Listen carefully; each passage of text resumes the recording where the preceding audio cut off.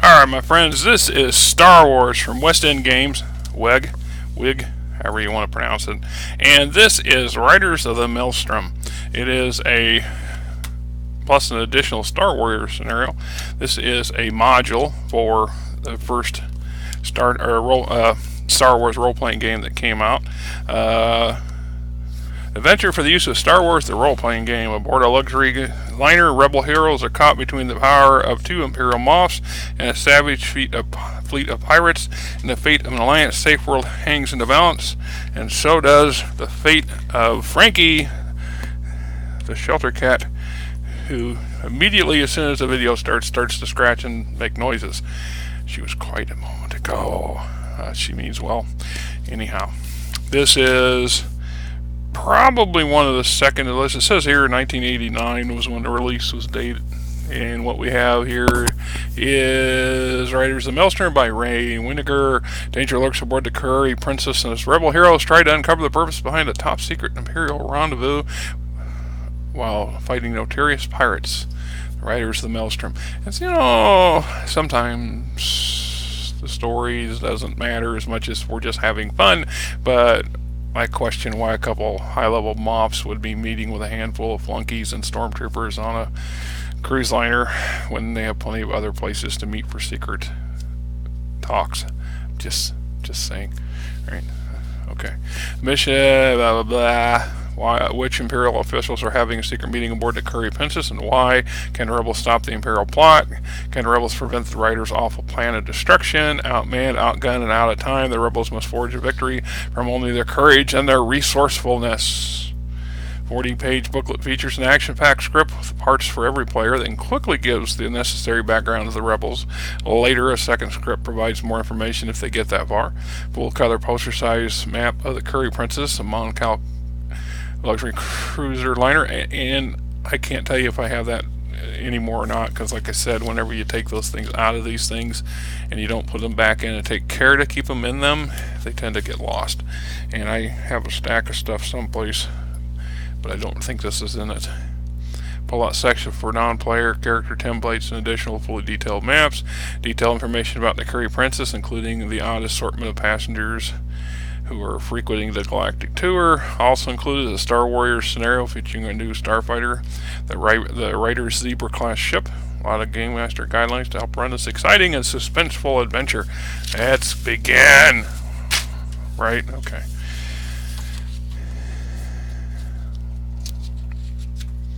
Let's see. Introduction.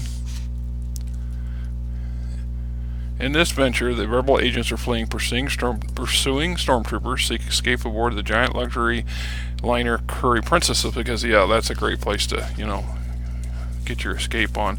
Shortly after the rebels, you get in there, okay, Frankie? Huh? Can you get in there? Mama's got that pretty well tight, so you can't get back there. Yeah? Yeah? Let me put that on the floor out of the way, because otherwise you're just going to make racket after racket after racket. Yeah, you just sit there. Alright, you know. Yeah? Is that what you want? Is this up here? Huh? Yeah? You went down there now, huh? What? Yeah? You can't get down there. Some places just too much stuff in here. This is Frankie the shelter cat. Yes? Say hi to the people. Hi, Frankie. Hi, Frankie. Yeah, Frankie's a pistol. And nothing but a ball of fur and energy. Come on. There you go. Back to this scenario. Save the galaxy from the crazy cat. Shortly after the rebels board the Princess, the liner enters an unusual area of space known as the Maelstrom, where it is attacked and boarded by a band of villainous pirates. The pirates, who call themselves the Riders of Maelstrom, prowl for vulnerable prey throughout the space lanes that run through the Maelstrom. So much for the Empire not patrolling the area or insisting on locals doing it for them, but you know, the Empire can't be everywhere at once. That's kind of the whole point. pirates are interested in more than booty. With the help of the mysterious rebel spy known only as Dagger, the rebel heroes discover the raiders intend to lock the princess on a collision course with a nearby moon in order to wipe out the moon and its inhabitants, another band of buccaneers who compete with the raiders for plunder. The situation where the Kuari Princess grows worse when the rebels realize that the moon the raiders are targeting for destruction is also the site of a rebel safe world. Can the rebels prevent the raiders from destroying the safe world? What is the reason for the meeting between the two moths? Who and what is the mysterious Dagger? These are questions your players must attempt to ascertain. Adventure materials, adventure background. You gotta love that. Alright. Well, you gotta love that sort of thing. Along regularly traveled Religium hyperlane lies a particular stretch of space known as the Maelstrom. The Maelstrom is a huge nebula-like cloud composed of charged space dust and raw energy that warps sensor scans, blocks communications.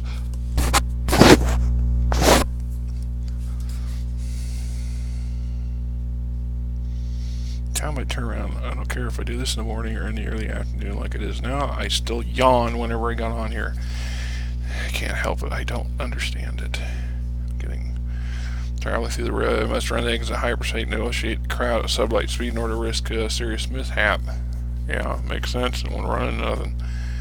Since the days of the Old Republic, a band of pirates known as the Riders of the Maelstrom has used the cloud as a hiding place and reap huge profits through piratical attacks upon the vulnerable cloud, hunting a sublight speed through the Maelstrom. Until only now, the only point in the Maelstrom safe from the raiders' attacks has been the Oasis colony, an oxide mining operation that lies on the volcanic moon of an unmanned, uninhabitable planet, an obscure system located in a gap of clear space in the middle of the cloud. A sort of oasis among the desert. Recently, notorious Corellian gambler and privateer rode in Hygron won the mining company from its previous owner in a crooked game of Sabic, as did the riders. Hygron soon recognized the Maelstrom as an ideal hunting ground and established his own band of buccaneers.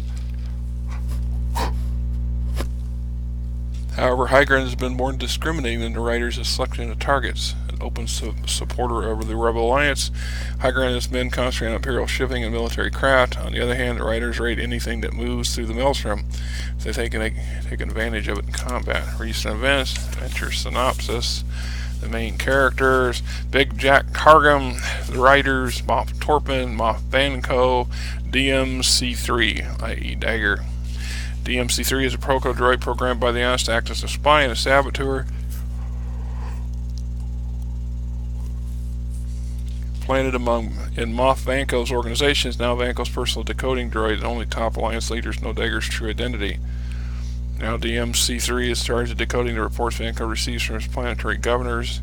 The position provides the droid with access to a great deal of information valuable to the rebellion. Absolutely. Episode 1, Escape from Eris.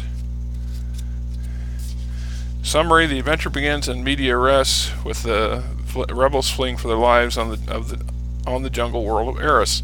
The Imperials have interdicted all non-Imperial space traffic to and from Eris in order to prevent the rebels from escaping. The sole exception is the Imperial Edict is a small shuttle barge about to ferry passengers to an orbiting space liner, the Kuari Princess. The rebels must board the barge if they hope to survive. 20 stormtroopers are divided into groups of 10. Are going to make the attempt to stop you from doing so.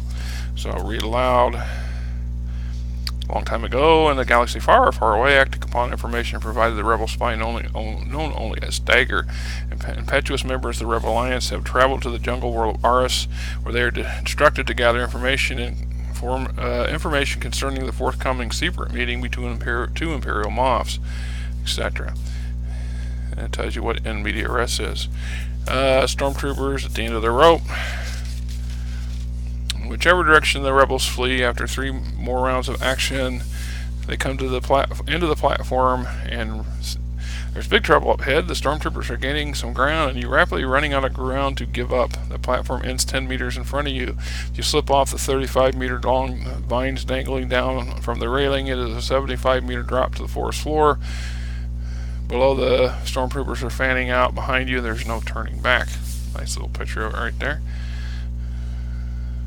Kind of looking a shaggy looking railing and setup there, if you ask me. So once you get there, what are you going to do? The lifter platform, some information on the planet Eris. Basically, the gist of this particular encounter is that you're trying to escape and get access to the shuttle that will get you up to the cruise liner. As if you're going to flee the stormtroopers and jump on the shuttle, the only shuttle leading the planet. Okay, so sometimes maybe never mind.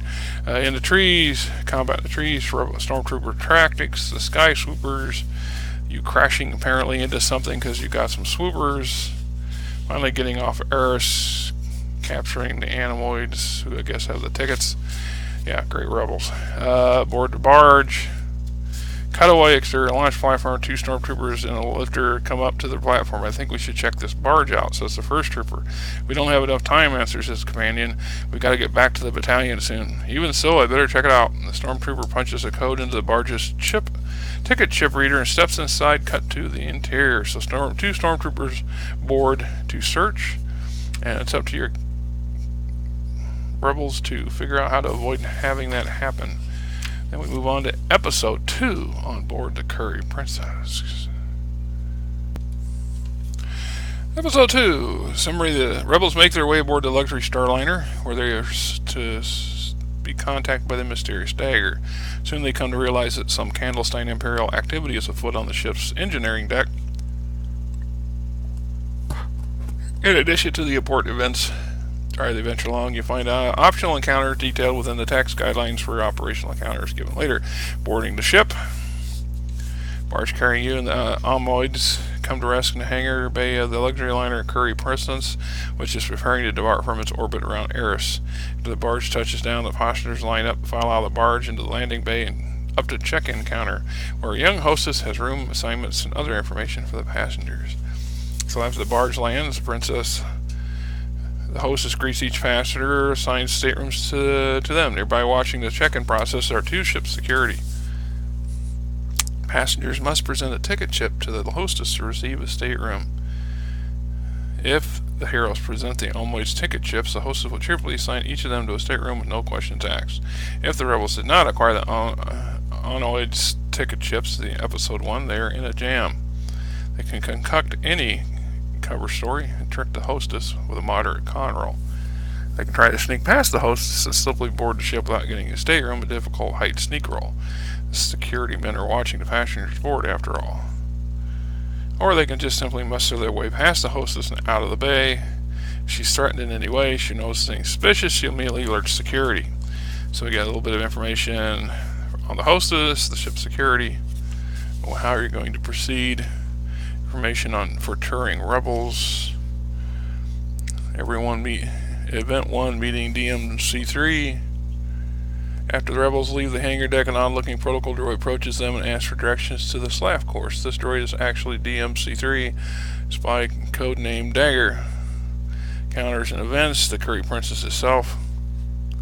Before the Calamari joined the Alliance, they used their formal starship design skills to build luxury vessels and pleasure yachts of all types and sizes.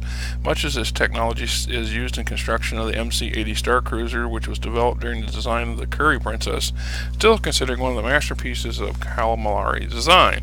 Blah, blah, blah. A little more detailed information on that. Now we got some generic passengers: the snob, the credit vacuum, the veteran vacationer, the looking for lover, the petty crook. Just for some general NPCs, they got names and a few stats. Specific passengers: a Montaka, a Wookiee. Montaka is a likable ex-mercenary with an unusually strong fascination with technology of all kinds. And Lena Adonis. Lena is an unusually perceptive Quanto space urchin working aboard the Princess while touring the galaxy. The rebels meet her while they are still disguised, and unlike she instantly penetrates their disguises and takes them aside and asks them what they're doing. Blah blah. Some basic stats on the Kuari Princess itself. The Xero's Palace rumor table. This would be the casino on board. There are 6 different possible rumors. Marshal Bataki. The Marshal is a retired Imperial Army officer. He's distressed by the rebellious Alliance, unaware of the rebels' identity. He tries to strike up a conversation. Then we got Lido deck, staterooms, pool, grand dining room, the bistro, ballroom, library. Xeros Palace is the princess's glamorous nightclub patronized by passengers as the place to drink and get to know each other. A little cutaway picture of that. The droid lounge, crew lounge, security, repair shop, observation platform, credit cruise decks. Said 2 decks below the Lido deck are the Humthar and Walled decks. The credit cruise decks, they resemble the Lido deck in that they have an observation port, escape pod, secondary dining room, galleys, small lobby, etc. 3 small snack shops. All other amenities are gone, replaced by staterooms. The middle class, basically the cheapest and most confined. Each credit cruise deck holds 534 staterooms, 448 standard, 86 deluxe. Announcement. The Bazaar deck, the Eston Theater, Port Shopping Arcade, Starboard Shopping Arcade, the Open Market, Droid Shop, Curry Souvenirs, a weapon shop. Yeah, like every cruise liner needs a weapon shop. I'm just saying, right? Come on, decent sizes have a weapon shop. That absolutely, positively makes perfectly good sense. Meditation chambers, nurse station, Chris, basically a place to dump the kids, sub-adult center, the Rolo room, specialty restaurants, the Imperial is where the elite dine when they want to socialize with their peers. And we got Riders of Maelstrom, Adventure Script 1. Here's the entry for Moff Vanko, Moff Torpin, Adventures of Maelstrom, Adventure Script 2 with Big Jack Targum, Riders of Maelstrom. First rebel, this last one was a little close. Second rebel, yeah, well, we shouldn't be in the mess. You hadn't tried to quench the guard. We were Imperial boot inspectors. Third rebel, well, look who's talking on you. You were the one that talked to the port foreman who was loaning you the 25 credits and tried to bribe him with it. God, right? Okay, so we got a cutaway view of the cruise liner, a schematic for the lifter control panel from episode 1 on the platform back on the planet. Tree configuration diagram. This is also back on the planet where you first elude the 20-odd stormtroopers and get yourself aboard. Additional more rooms or shops and specialty locations. Guild Galaxy shops, the suites, Pendulast, emergency bridge, recreation deck, engineering deck. And the engineering deck is off limits to all beings not affiliated with the 2 Moffs, despite the statements made in the information data packet, which offers tours of the engineering deck. Anyone who tries to enter the engineering level is warned away by stormtroopers. Shipboard view vids. Event 2, Dagger's first message. After the rebels have wandered around for a while, the messenger approaches them with a data pad. Reads, the ship's steward approaches you with a sealed data pad and yes, he does expect a tip. The data pad, once unsealed, contains this message. Glad to see you escape, my friends, but use caution. There are Imperial's officers aboard the ship. Feel free to walk around, but try not to attract attention yourselves. If you are careful, you should get into the port without being noticed. May the Force be with you. The message is signed Dagger.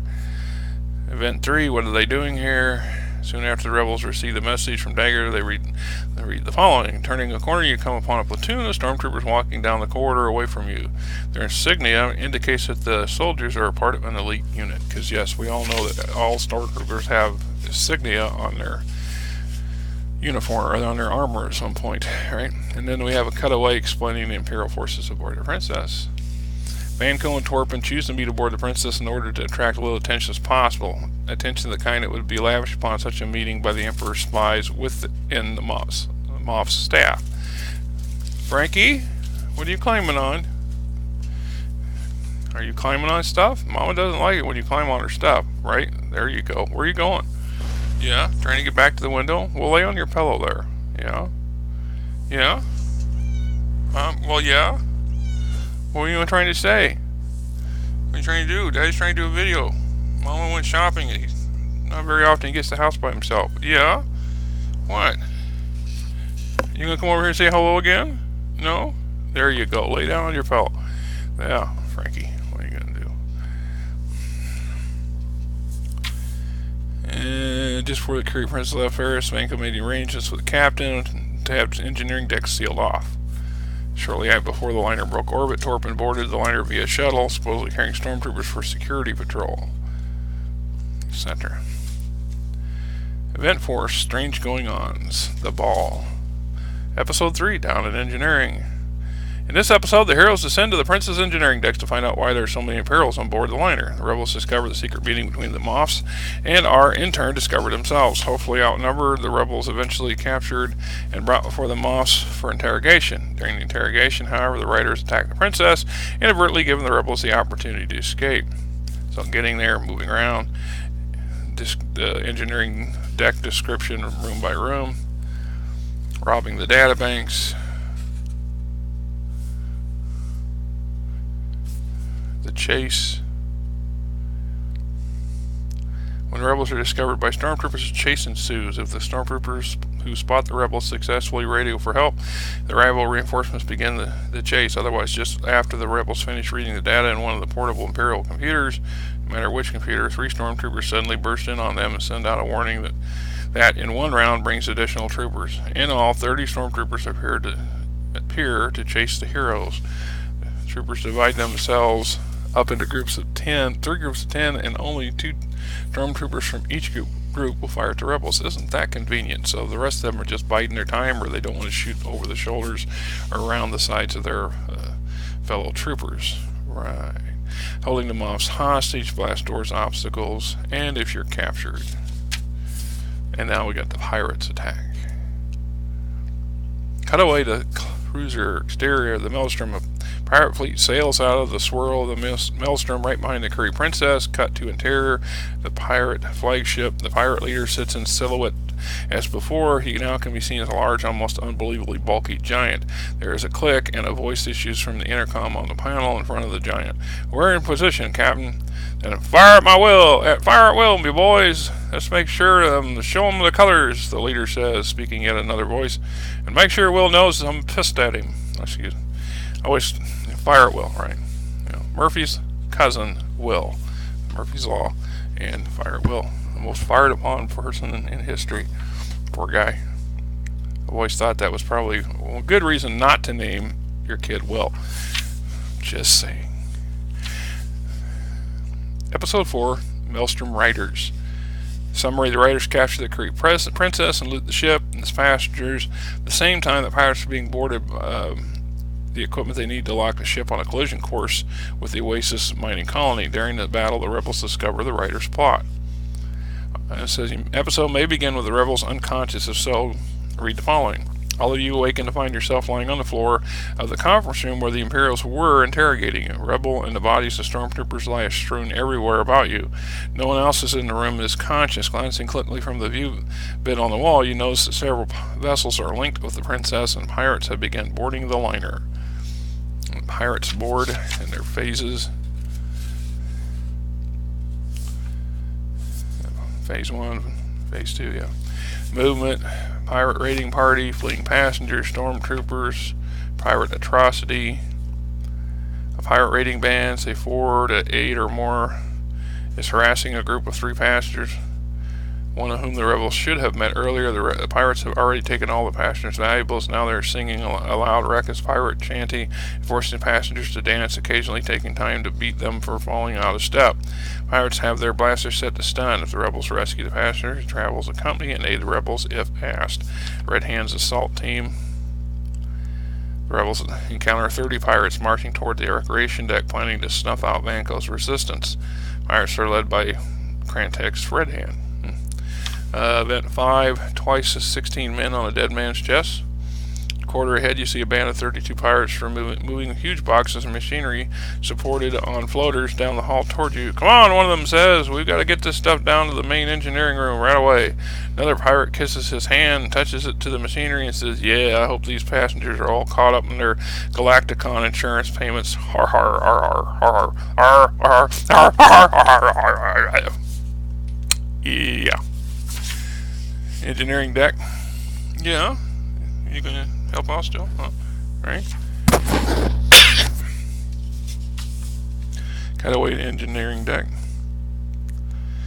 If Torpin is not with the rebels, read Harry engineering deck Kuari Princess. Moff Torpin pulls him somehow from under the rebel and looks around in horror at his fallen comrades. He then picks up a blaster and stumbles out in the conference room and down the corridor. Fade to Harry, the hero's location. The message. Just after the players finish reading Adventure Script 2, a nearby Hello Them hums to life, and the screen glows with the following message.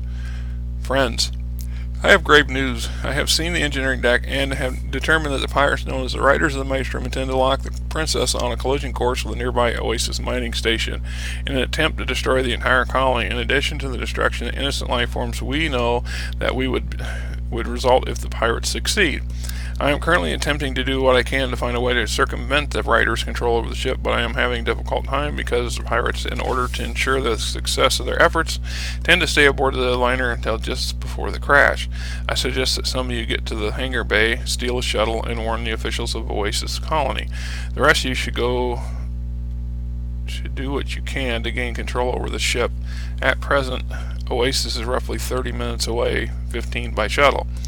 May the Force be with us. Dagger. Hangar Bay captured. Episode 5. Last Chance. Summary: the one group of rebels heads to Oasis mining colony, warn the Alliance officials of the forthcoming disaster, and returns with a fleet of rebel spacecraft prepared to blast the Princess out of space if necessary. The other group of rebels make a desperate attempt to gain control over the liner, finding themselves in a climactic battle with Big Jake Targum, the Raiders' leader. They have 30 minutes from the Princess strikes the Oasis colony. Nothing like a timer, right? Now, just a little bit of game master thing, right? I'll call it advice. Just telling you a thing I like to do when we have a time-sensitive bubble. I'll get a timer from the kitchen and set it, or set a timer on my cell phone. If you're allowing your cell phones at the table. Granted, 30 minutes in game versus 30 minutes of out of character, out of game, tend to be quite different. So I will set the timer for, say, an hour, maybe an hour and a half in real time, which would translate to the 30 minutes in game time. Just a thought, just, what have you, right? Awesome. And yeah, I know, pause there for a minute. Had to check on something. Alright. Captured. Last chance. Summary: group of rebels out. Running split groups. Always a bit of a challenge for a game master of any sort, and something that you either develop a knack for or find a way of dealing with it. There's no right way of dealing with it, I guess. I mean, there's a few wrong ways, but I'm not here to talk about that. So we got the stats for the Pirate Zebra Fighter. Shuttle to Oasis. Battle inside the shuttle. Imperial shuttle. Gaining control of it, I guess. Battle outside the shuttle. You can use either the RPG rules for or the Star Warrior Starfighter combat game to resolve this battle. Whichever you prefer, one turn of combat is fought inside for every turn of ship combat. Excuse me. Star Warrior statistics for the Zebra Fighter, the Maelstrom. Star Warrior notes. One of these days I will do a video on the Star Warrior combat system. I have the box set. So, what are you doing, Frankie? Cat playing around in her cat box. Back to the Princess. Environmental control. Blueprints. The Oasis colony. Picture of the outside with the cruiser getting closer, crashing. Battle in the sky. The climactic fight. Gaining control. Code to set the course lock. Emergency evacuation. Star Warrior note. Final battle. Outside the ship. Aftermath. If Targum is killed or captured, his second in command cracks it in right hand is in the pirate vessel below. Read exterior. This Raiders fleet suspended in space. Cut to interior. Lead pirate vessel Big Jake Targum is sitting in the brass captain's chair, looking out into space. He begins to speak calmly at first, then ending with a scream.